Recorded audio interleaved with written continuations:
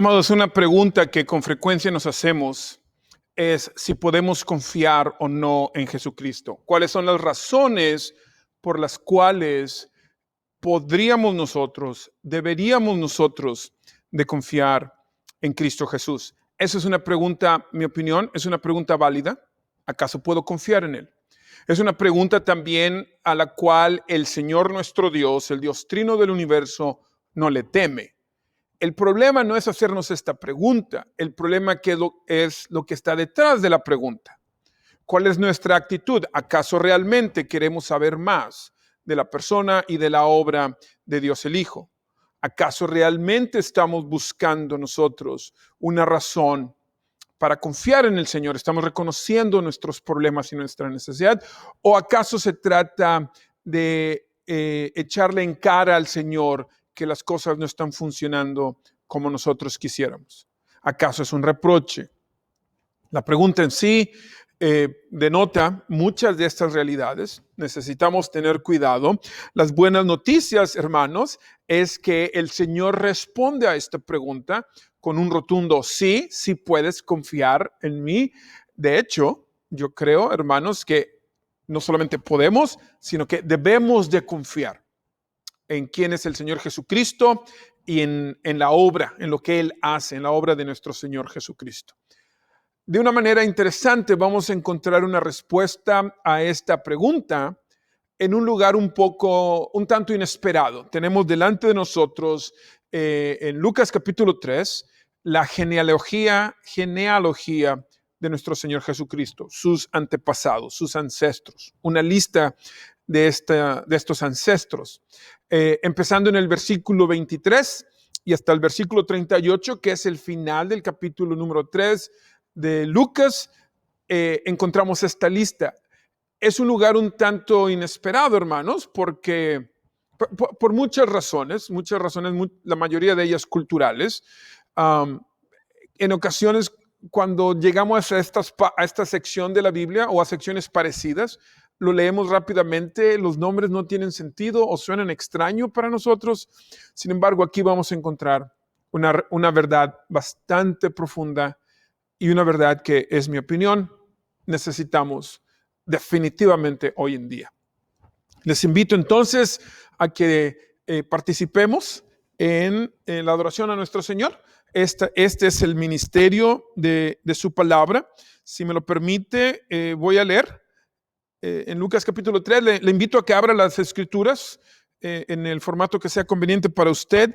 Y una vez más, si me lo permiten, lo voy a leer en español, en el lenguaje de Miguel de Cervantes Saavedra. Aquí en la pantalla está en inglés el lenguaje de William Shakespeare. Vamos a hacer algo diferente en esta ocasión, hermanos. Voy a leer, no vamos a leer todo el texto, no vamos a leer todo el pasaje, es bastante extenso.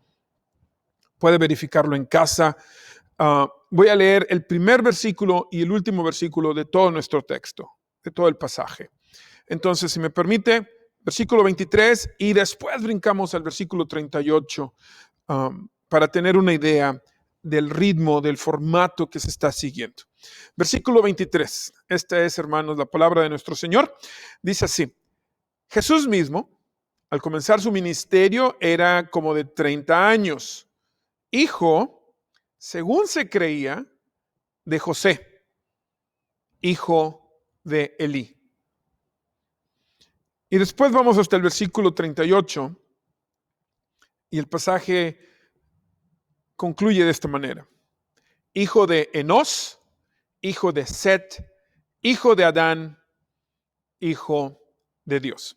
Y vemos nosotros, hermanos, esta secuencia en la palabra de nuestro Señor. Esta es la palabra de nuestro Dios sin error y es para nosotros, hermanos. Y vemos este ritmo, vemos esta estructura.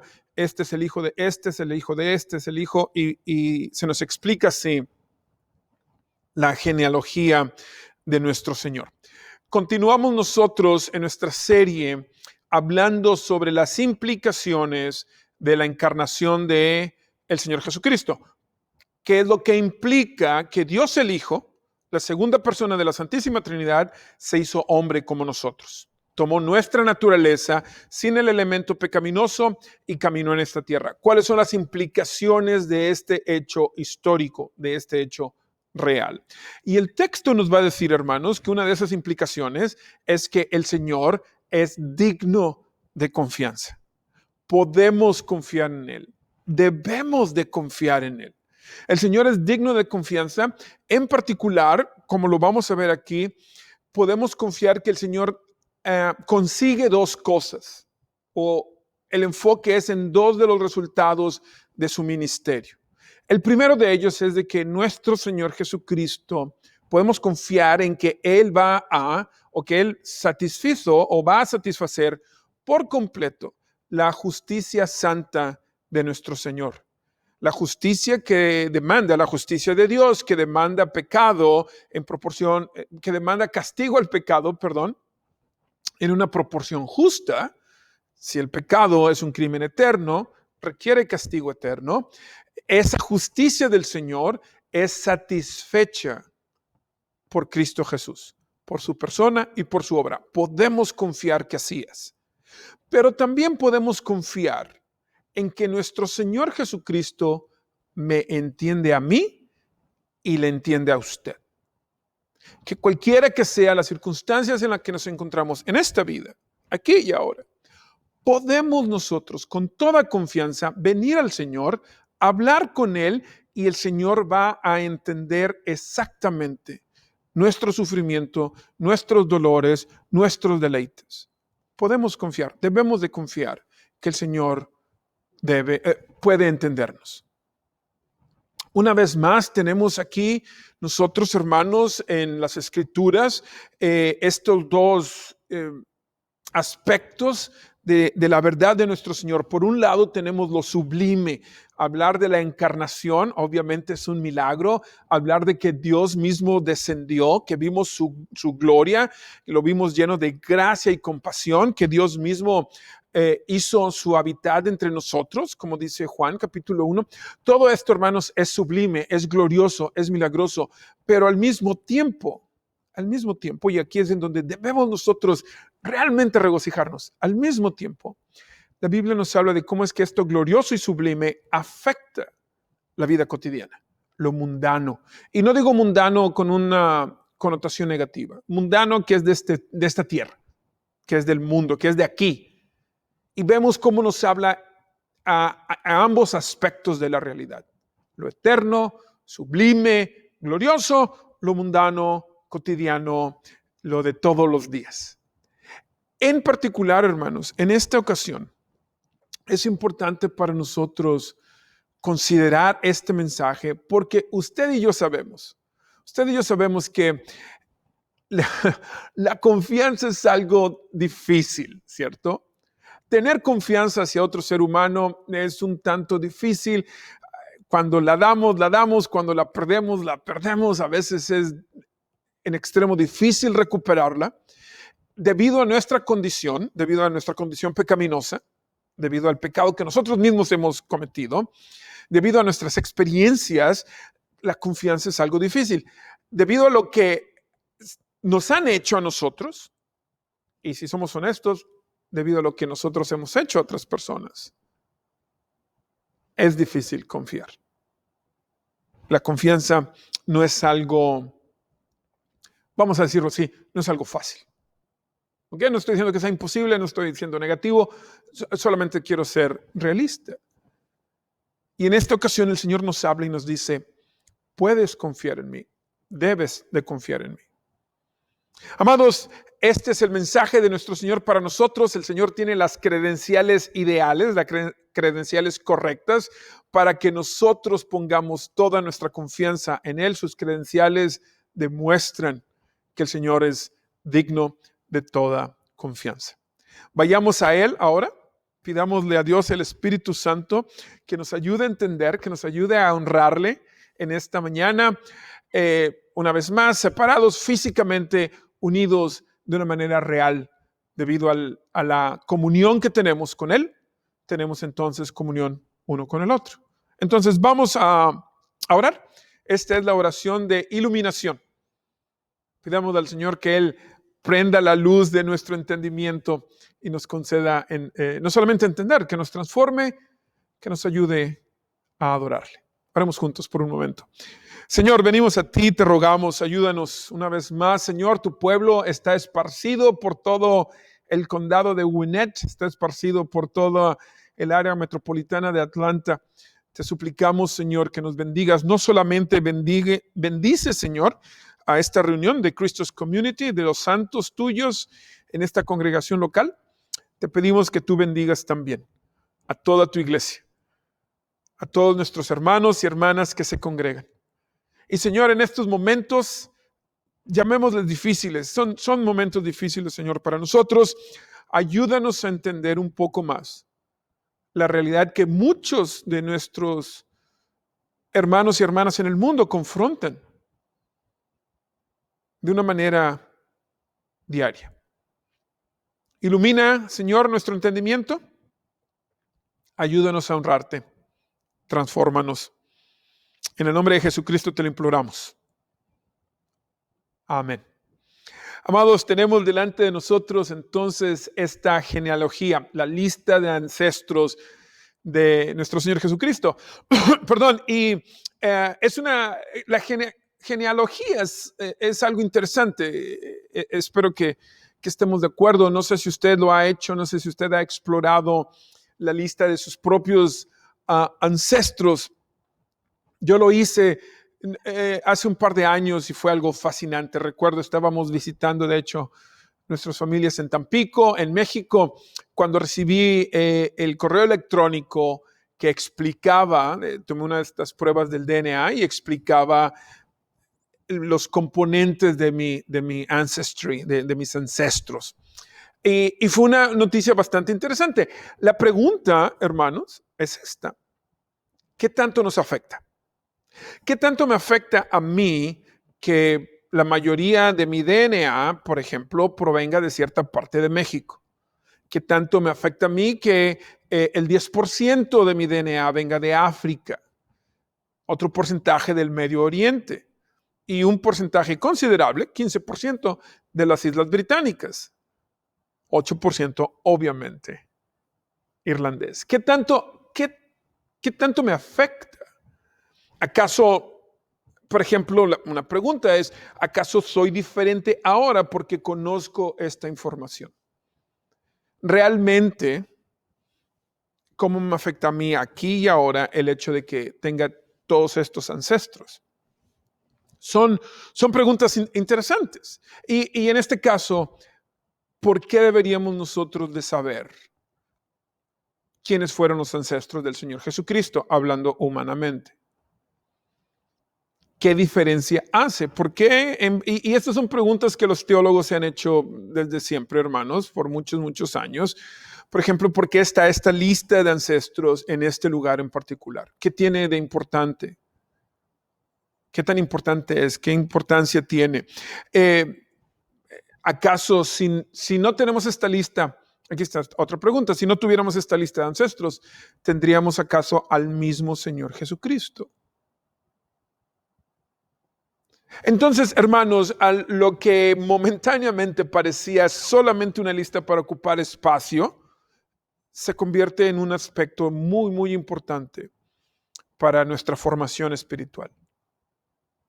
Y lo que tenemos aquí nosotros, hermanos, es que es evidencia.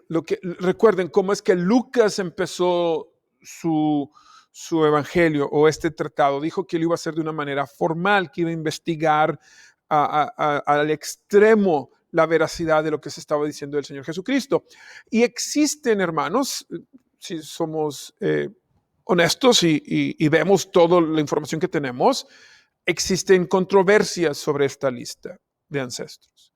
No se parece, por ejemplo, a la que encontramos en otros evangelios. Hay diferencias. Y la pregunta es ¿por qué? Los nombres no coinciden, el número de ancestros no coinciden, ¿qué es lo que está pasando? Y hay bastantes teorías para explicarlo, muchas de ellas muy buenas, en la estructura que sigue Lucas, cuántas personas incluye, qué personas incluye. Todo esto, hermanos, hay bastante información. El punto aquí, hermanos, es de que lo que sí sabemos es que Lucas tiene como propósito comprobar la veracidad de lo que se había dicho del Señor Jesucristo. Entonces sabemos que el propósito que tiene Lucas al escribir esto es presentarnos la evidencia.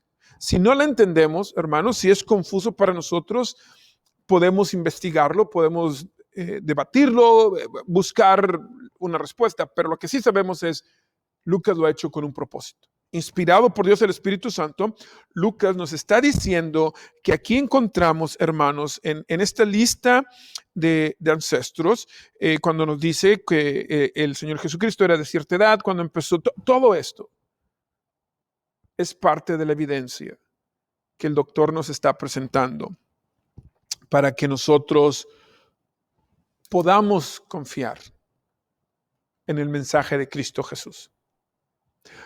Lucas está presentándonos las credenciales del Señor Jesucristo para que nosotros nos demos cuenta que son estas credenciales lo hacen al Señor digno de confianza. ¿Por qué es el Señor digno de confianza? Y Lucas nos presenta dos aspectos o dos elementos que contribuyen a esta confianza. Dos razones. La primera de ellas, hermanos, es que podemos confiar en Jesucristo. Jesucristo es confiable porque es 100% Dios. Y aquí es en donde vamos a tener diferencias con otras religiones, con otras agrupaciones religiosas, con otras personas, porque por esta declaración, hermanos, es increíble. Jesucristo es 100% Dios. No es un enviado nada más de Dios, no es un gran maestro nada más, no es un gran profeta nada más, no es un revolucionario, no es un organizador social, no es nada más eso. Podemos decir si lo es o no, ya. Pero empecemos con esto. Jesucristo es 100% Dios, Dios mismo encarnado. En este pasaje, Lucas nos da unas pistas de la deidad del Señor Jesucristo. Tenemos que estar agradecidos que no es el único lugar en donde se afirma la deidad del Señor, y si ponemos atención principalmente a lo que Jesucristo dice de sí mismo, esta es la conclusión a la que vamos a llegar. El Señor Jesucristo declara que Él es Dios. Pero aquí, hermanos, en el texto que tenemos, vamos parte por parte en el Evangelio según San Lucas. Perdón.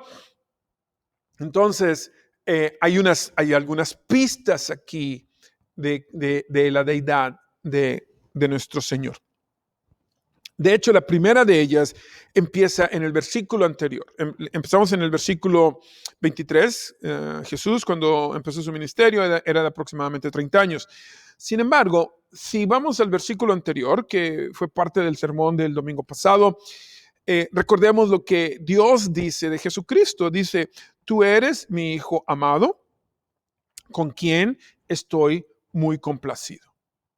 Desde ahí empezamos a notar, hermanos, la intención de Lucas de decirnos que el Señor Jesucristo no es una persona normal o común.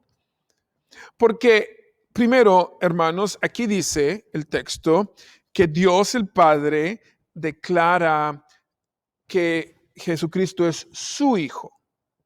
Tú eres mi Hijo amado. Tiene esta, ¿cómo se llaman? ¿Es un adjetivo de posesión? ¿Adjetivo posesivo o un artículo posesivo? Voy a mostrar mi ignorancia del lenguaje español. Pero tú eres mi, esa palabra, M-I, mi, implica posesión. Tú me perteneces, eres mío, eres mi hijo. ¿Cierto? Está estableciendo una relación especial entre quien está hablando y la persona a la que se le está hablando. En este caso, Dios el Padre y Dios el Hijo. Pero aquí sucede algo más interesante. Aquí entre la palabra mi y la palabra hijo, o tú eres mi hijo amado, entre la palabra mi y la palabra hijo, hay otra palabra que no se ha traducido. Y no se ha traducido porque ni en español ni en inglés tienen sentido, hermanos. Y es el artículo definitivo, así se llama, una vez más mostrando mi ignorancia del lenguaje que hablo. Y debió verse, podría traducirse, no sería una buena traducción porque, una vez más, en el español no tiene sentido, pero el texto en el versículo 22 dice, tú eres el Hijo amado. Tú eres el Hijo amado. Y lo que quiere decir esto, cuando usamos este artículo, el carro, el padre, el lo que sea, estamos hablando de alguien único, de alguien del que ya se habló anteriormente. Por ejemplo, cuando decimos, este es el problema, estamos enfatizando que no hay ningún otro problema más, este es el problema. O decimos, esta es la solución, no hay ninguna otra solución, esta es la única, esta es la que vale. Y con ese énfasis es que Lucas escribió o lo que escuchó que Dios había dicho o lo que le dijeron, lo estuve investigando. Y el punto aquí, hermanos, es de que Dios mismo está declarando que Jesucristo es en extremo especial, que es una relación única, y empezamos nosotros a darnos cuenta de qué es lo que hace único a esta relación. Versículo 23, de una manera muy prudente, Lucas nos dice que Jesucristo es hijo, ¿cómo se creía? De José, enfatizando, no lo es. Humanamente hablando no lo es, pero es lo que se creía. Énfasis en Jesucristo es diferente. Y el pasaje concluye diciéndonos de los últimos o los ancestros más antiguos del Señor Jesucristo, y nos habla de Enos, Seth, Adán, y termina diciendo, Adán, hijo de Dios. Sabemos que biológicamente Adán no era hijo de Dios. Dios lo creó. Entonces la palabra hijo tiene cierta connotación más amplia que sencillamente el intercambio biológico que existe y nace una persona y entonces es su hijo. ¿Sí? Entonces el Señor Jesucristo, nos dice el texto, tiene esta posición especial, y cuando exploramos el resto de las escrituras, hermanos, cuando vamos a otros pasajes, a través de todas las escrituras, Juan capítulo 4, o en la carta a Tito, encontramos evidencia que afirma que nuestro Señor Jesucristo es 100% Dios. Por eso podemos confiar en Él, por eso debemos de confiar en Él. También nosotros al leer el pasaje nos vamos a dar cuenta del énfasis en el componente humano. Hijo de, hijo de, hijo de, hijo de, hijo de, hijo de. Entonces, lo que vemos, y es un poco más fácil verlo, ¿sí? Que nuestro Señor Jesucristo, la razón por la cual podemos confiar en Él, o la otra razón, o el otro elemento, es porque Jesucristo es 100% humano.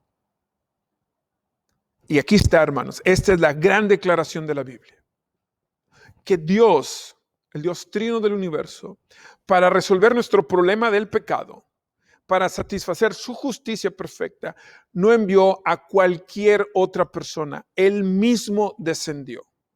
Anteriormente había enviado gente que nos apuntaba hacia o nos iba a recordar de Jesucristo hacia el futuro. En este caso, por completo, para resolver el problema de una sola vez, Él mismo descendió. El Señor es 100% Dios, 100% humano. Es un poco más fácil de entenderlo. Vemos todas las referencias a los ancestros. Vemos al Señor interactuar como cualquier persona con su medio ambiente. La Biblia nos afirma, el Señor es 100% humano. Quiere decir que de alguna manera es como yo, se parece a mí de alguna manera. Existe cierta relación, cierto consuelo, existe esta manera de comunicarnos, es más fácil porque es un ser humano que también es Dios, pero es un ser humano, y si no tuviera esa naturaleza, tal vez no sería difícil para mí creer que puedo confiar en Él. Al ser 100% humano, facilita, promueve que confíe en Él, promueve la confianza. Y una vez más, no es algo que nosotros extraigamos solamente de aquí. El texto nos lo dice, pero está afirmado por todas otras porciones de las Escrituras. Hermanos, ambas naturalezas, la naturaleza humana sin el pecado, la naturaleza completamente divina, ambas naturalezas son necesarias, hermanos, para tener al Jesucristo real. No podemos remover una o minimizar la otra o decir que de alguna manera están confundidas o mezcladas. No, el Señor es 100% Dios, 100% humano, sin confusión, sin mezcla, sin separación. Y es importante, hermanos, que nosotros tengamos al Jesucristo correcto si realmente vamos a confiar en Él y si realmente vamos a obtener de Él la salvación que necesitamos. El perdón, la salvación que necesitamos. Casi toda herejía, hermanos, casi toda falsa doctrina que existe y ha existido, inicia con un problema cristológico. Inicia con un problema de aceptar esta verdad, que el Señor es 100% Dios y es 100% humano. Cuando empezamos a negar esta realidad, empezamos a tener problemas, empezamos con un problema cristológico, terminamos con una herejía. Casi 100%, hermanos, de las herejías que han existido a través de los años ha sido por este problema de no aceptar la verdad de que Jesucristo es la segunda persona de la Trinidad, mismo Dios, merece la misma gloria, es la gloria que Él demanda en Juan capítulo 4, es también 100% humano, sin el elemento del pecado. Y si no tenemos entonces estas dos naturalezas, hermanos, realmente no podemos confiar que el Señor Jesucristo sea quien dice ser, que el Señor Jesucristo complete la obra que dice que va a completar, viendo hacia atrás, que ya completó, viendo hacia el futuro, que va a completar el día en que Él regrese. Espero, si no lo ha hecho, por favor, se lo pido. Vaya a nuestra página en Facebook, lea el post que puse esta semana sobre, 3 preguntas. Creo que es la pregunta 33, pero no recuerdo, empieza en la pregunta 33, creo. Pero son 3 preguntas del Catecismo Mayor de Westminster. Y hace precisamente las preguntas de por qué era requerido que fuera Dios, por qué era requerido que fuera humano, por qué era requerido que ambas naturalezas existieran en la misma persona. Por favor, léalo. Preguntas que tenga, hágamelo saber. Es en extremo importante.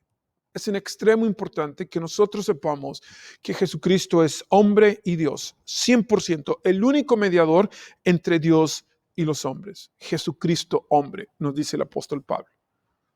Podemos confiar en Él entonces, hermanos, porque Él es 100% Dios. Podemos confiar en Él porque Él es 100% hombre. Pero, hermanos, ¿qué es lo que Él promete que va a cumplir? ¿Qué es lo que estamos confiando en que Él haga? Puesto que Él es 100% Dios y Él es 100% hombre, nosotros podemos confiar, primero, que su encarnación satisface todas las demandas, todos los requerimientos legales que la santa justicia de Dios requiere. Usted y yo hemos cometido un crimen cósmico, hemos cometido un crimen eterno. Ese crimen requiere, demanda un castigo cósmico, un castigo eterno. Tiene sentido. Pero ni usted ni yo podemos pagar por ese crimen. Tenemos que pagar eternamente, ser castigados eternamente en el infierno. Pero porque Jesucristo es Dios y hombre, Él puede satisfacer. Decimos, hay una palabra técnica, aquí decimos, Él es la propiciación de nuestros pecados. Él es la satisfacción completa de la deuda que nosotros tenemos debido a nuestras transgresiones y pecados. Podemos confiar en eso. ¿Por qué? Porque Él es hombre, como usted y como yo. Un hombre pecó, Adán, ¿cierto? Un hombre tiene que pagar. pero tiene que ser un hombre perfecto. Tiene que cumplir con la ley perfectamente. Y tiene que pagar no solamente por él, sino por todos los demás. Tiene que cargar en sí el pecado de todo el mundo. Un hombre, aunque fuera perfecto, no podría cargar con todo esto. Necesitamos que también sea Dios para que pueda cargar con la culpa de absolutamente todas las personas a las que Él ha llamado a la salvación. Podemos confiar que nuestro Señor Jesucristo, 100% hombre, 100% Dios, satisface por completo la justicia de nuestro Dios, los requerimientos, las demandas que la justicia de nuestro Señor impone sobre nosotros de una manera justa. Entonces tenemos este aspecto legal que podemos confiar que el Señor Jesucristo va a satisfacer este aspecto legal. Pero también podemos confiar, hermanos, que el Señor Jesucristo nos entiende. Podemos confiar no solamente en el aspecto legal, sino también en el aspecto personal. Que la relación que el Señor me está dando con Él no es meramente la relación profesional que existe entre el acusado o el culpable, y el abogado. Es una relación profesional, ¿cierto? No, es mucho más que eso. Porque el Señor Jesucristo es 100% Dios y 100% hombre. Yo puedo confiar en Él. Su encarnación, hermanos, porque Él se ha hecho como yo, se ha hecho carne. Vamos a regresar a como yo en un momento. El Señor se ha hecho humano. Él remueve todas mis excusas. Él remueve todas mis excusas para que yo no confíe en Él. Yo no puedo decir, Señor Jesucristo, tú no entiendes lo que es estar solo. Señor Jesucristo, tú no sabes lo que se siente ser traicionado. Tú no sabes cuál es el dolor de perder a alguien. No puedo decirles. Porque Él me va a decir, ya, yo lo conozco, yo lo sé. Aquí sucede algo interesante, hermanos. El Señor Jesucristo lo conoce el dolor, conoce la frustración, la desesperación, conoce todo, conoce la condición humana. Aquí está, hermanos. No porque se hizo humano. No es que el Señor tuvo que hacerse humano para aprender algo. No fue una misión de reconocimiento. Puesto que Él es Dios, Él sabe todo, lo conoce todo, lo creó todo, lo sostiene todo.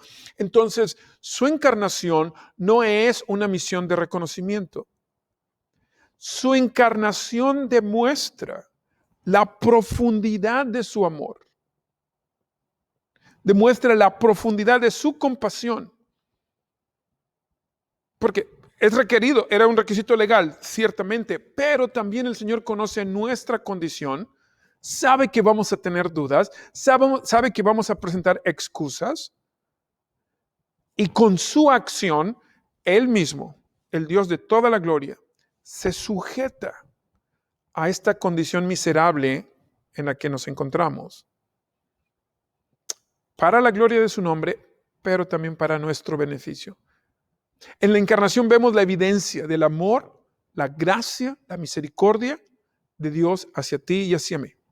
Porque al hacerse como nosotros, lo hace más fácil para nosotros que lo podamos entender a Él. Existe un principio de liderazgo o de crecimiento, no estoy seguro cómo catalogarlo, pero existe un principio que nos dice que en toda organización, si queremos nosotros que cierto grupo de personas venga a nuestra organización, debemos de tener ya ciertos representantes de ese grupo, sobre todo en posiciones de liderazgo. Este principio se utiliza mucho en la plantación de iglesias. Hablamos mucho de que queremos nosotros, permítame, mi teléfono estaba prendido. Hablamos mucho de que nosotros queremos que nuestra iglesia refleje a nuestra comunidad. Y decimos, si yo voy a ir a una iglesia local, yo quiero ver más hispanos enfrente. Yo quiero ver gente como yo. Aquí hay un problema, hermanos. Llevemos esto hasta su lógica conclusión. Yo no voy a estar contento en esta congregación hasta que no vea más gente como yo. Espero que vea el problema. Primero, si va a haber más gente como yo, va a haber menos gente como José. Y va a haber menos gente como Mateo. Y va a haber menos gente como Pedro. Y como John. Y como Joseph. Va a haber menos gente. Porque quiero que haya más gente como yo. Y si somos extremistas, va a haber menos gente que opine diferente que yo. Políticamente, socialmente, de cualquier manera. Y al final vamos a tener un bloque bien sólido de puros Alejandros, lo cual va a ser una catástrofe. Hermanas, ¿por qué habrían ustedes de confiar en el Señor Jesucristo? Si Él se hizo hombre, no se hizo mujer.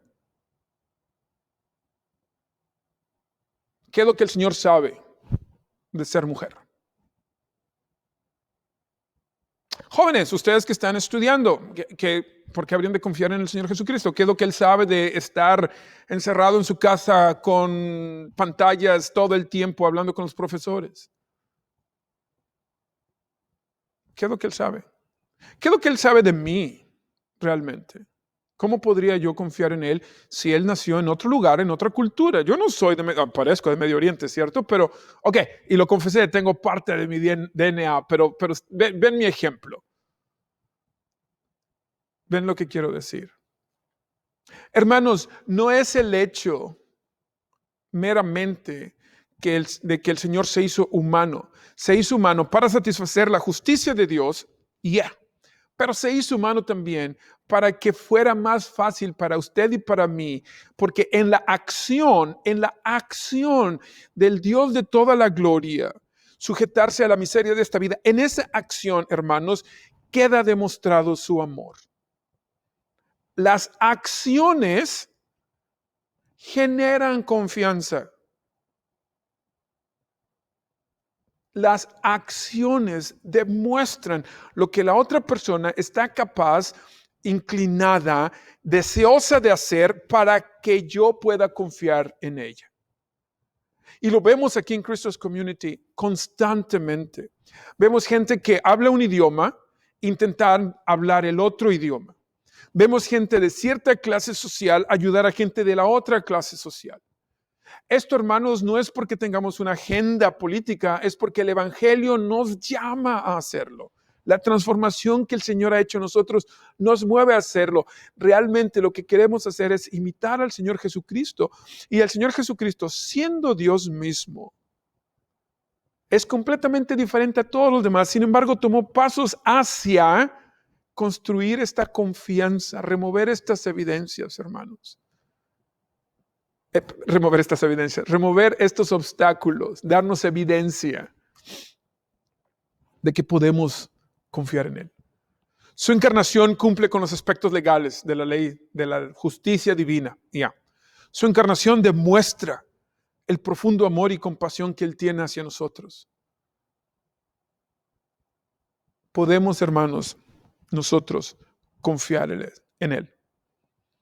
Entonces, hermanos, el Señor no es exactamente como nosotros, ¿cierto? Pero podemos confiar porque el Señor ha removido nuestras excusas. ¿Qué nos queda entonces, hermanos? A nosotros. Estaba leyendo, a manera de prepararme para este sermón, estaba leyendo en una revista que se llama Harvard Business Review, un artículo sobre la confianza, y ciertamente es la confianza en el medio profesional, pero el artículo, si mal no recuerdo, implica que estos principios que ellos presentan aplican para relaciones personales. Lo primero que este artículo dice, lo primero que debes de hacer si quieres establecer confianza es tener un plan para apartarte. Necesitas tener un plan para alejarte de la organización o de la persona que no confías. En otras palabras, necesitas una lista de cosas. Si esto sucede, si esto sucede, si esto sucede, entonces ya no voy a confiar en él, o en ella, o en esta organización. Los psicólogos que contribuyen al artículo dicen, aunque suena contraintuitivo, el tener un plan que habla sobre el peor caso me ayuda a mí a enfocarme y a dar mi confianza. Hermanos, usted y yo no necesitamos un plan para el peor caso en nuestra relación con el Señor Jesucristo. Debemos confiar en Él. Él nos lo ha demostrado, su encarnación, su humillación demuestra su amor hacia nosotros en el Evangelio. Todo esto debido a su gracia, no a lo que nosotros hagamos. No necesitamos nosotros este plan, este botón de emergencia, porque podemos confiar en Él. El Señor ha removido todas las excusas, nos ha dado toda la evidencia que necesitamos. Hermanos, debemos de arrepentirnos. Debemos de arrepentirnos de nuestra falta de confianza hacia el Señor. Debemos de arrepentirnos de minimizar que Él es 100% Dios y que Él es 100% hombre. Debemos de celebrar también que el Señor nos permite verlo claramente, que tenemos los medios necesarios para ver claramente quién es Él y lo que Él ha hecho. Entonces, para concluir, hermanos, quiero que nuestro arrepentimiento y nuestra celebración converjan en este punto. Aquí está, es una pregunta sencilla. ¿Qué es lo que usted le va a confiar al Señor? ¿Con qué aspecto de la vida de usted le va a confiar al Señor? ¿Qué es lo que le va a entregar? Señor, ayúdame a confiar en ti en esta área. ¿Qué es? Tenemos muchas áreas, ¿cierto? Que hoy en día están sufriendo en nuestras vidas debido a esta pandemia. Existe el temor, preocupaciones, desesperación, mil y un cosas. No estoy diciendo que debemos de ignorarlas. La pregunta es, ¿cómo vamos a confiar en el Señor? Que nos ayude de acuerdo a sus riquezas en gloria. No deja lugar a dudas, ¿cierto? De acuerdo a nuestras necesidades. Le ruego que lo considere esta pregunta. ¿Qué es lo que le va a confiar al Señor? Que la respuesta a esta pregunta, hermanos, sea el punto en donde el arrepentimiento de usted y la celebración que usted está teniendo converjan. Debido a la realidad, debido a la verdad que escuchamos en este mensaje. Les ruego, oremos. Pidámosle al Señor que nos ayude a confiar en Él. Oren conmigo. Nuestro Dios, te alabamos. Gracias por este mensaje. Gracias porque tú remueves todas las excusas, Señor, para que nosotros podamos confiar en ti. Gracias, Padre. Gracias, Señor Jesucristo. Gracias, Espíritu Santo, nuestro Dios. Tú tienes las credenciales ideales, las credenciales correctas, para que nosotros te entreguemos a ti toda nuestra confianza. Ayúdanos, Señor. Es difícil. Es muy difícil. Ten compasión. Ayúdanos a arrepentirnos y a celebrar de esta manera. En el nombre de Jesús. Amén. Reciba la bendición de Dios. Y ahora, mis amados hermanos, que el Dios de toda la gloria os bendiga y os guarde. Y que Dios el Espíritu Santo os permita ver claramente las razones por las cuales nuestro Señor Jesucristo es digno de toda la confianza. Amén. Amados, que el Señor les bendiga. Espero que puedan acompañarnos en el sacramento de la Santa Comunión y también que nos acompañen en la clase de The Institute at Christos Community. Va a ser una clase interesante. Vamos a hablar, es de la categoría de filosofía cristiana. Vamos a hablar sobre las dudas y cómo creer, cómo podemos decidir ver esta evidencia que el Señor nos da para confiar en Él. Espero que nos acompañe. Hasta entonces, que el Señor les bendiga. Chao.